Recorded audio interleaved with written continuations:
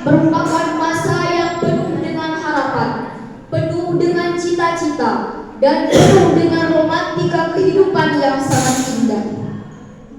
Keindahan masa muda dihiasi dengan bentuk fisik yang masih kuat, berjalan masih cepat, pendengaran masih akurat, pikiran masih cermat, kulit wajah indah mengkilat, walaupun banyak jerawat tetapi tidak gawat, karena masih banyak obat di toko-toko terdekat.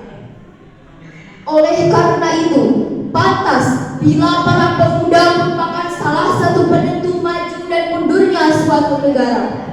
Sebagaimana Syekh Mustafa Al-Gholayaini, seorang pujangga Mesir, berkata, "Inna fi yadi syuban amrul ummah wa fi abdaliha hayatuha." Sesungguhnya pada tangan-tangan pemudalah urusan umat, dan pada kaki-kaki mereka lah terdapat kehidupan umat. Tahukah saudara-saudara, mau tidak mau, kita sebagai pemuda generasi sekarang adalah pelopor kesuksesan NKRI, sama seperti para pemuda dan pemudi pada zaman pra-kemerdekaan. Mereka adalah generasi penentu Indonesia pada zaman mereka.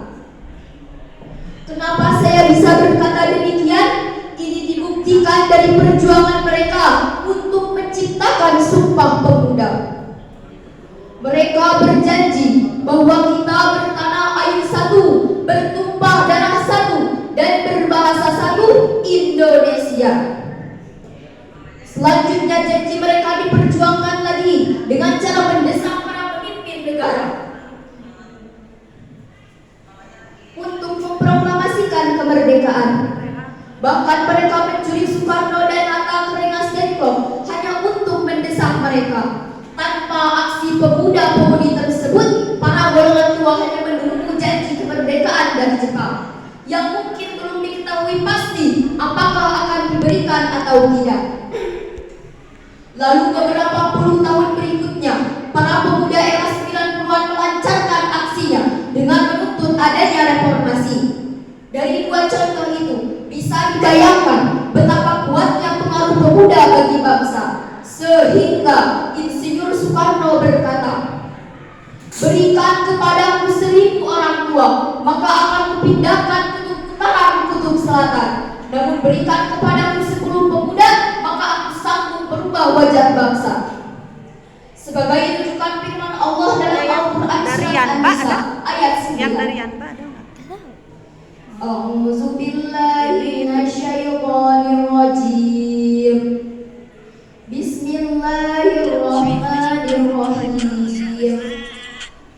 Wal yakhshal ladzina law taraku min khalfihim dzurriyyatan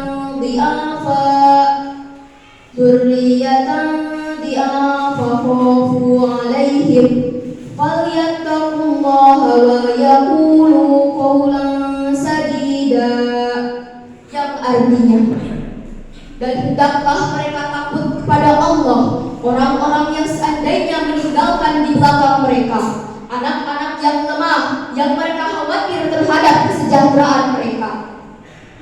Oleh sebab itu, hendaklah mereka bertakwa kepada Allah, dan hendaklah mereka mengucapkan perkataan yang benar.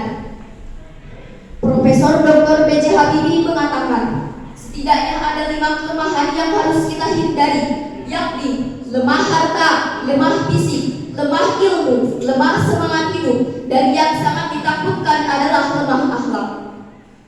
Hadirin, jika 5 kelemahan ini melekat pada calon pemuda kita, saya yakin mereka bukan sebagai pelopor pembangunan, melainkan sebagai virus pembangunan, penghambat pembangunan, bahkan penghancur pembangunan. Sebagaimana Dr. Muhammad Sulaiman Al-Asqari dalam Tundan At-Tafsir min Fathil Qadir menjelaskan, "I'malu ma syi'tum," bekerjalah sesuai dengan skill masing-masing. Setidaknya ada 5 potensi yang harus kita kerjakan, yakni olah rasa agar iman melekat, olah rasio agar ilmu meningkat, olahraga agar badan sehat, olah usaha agar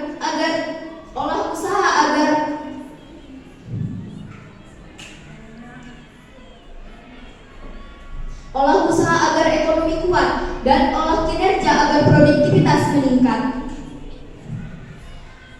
Hadirin, jikalau 5 potensi ini sudah melekat pada calon pemuda, maka generasi penerus bangsa dapat melanjutkan estafet perjuangan yang meraih prestasi gemilang pada masa yang akan datang.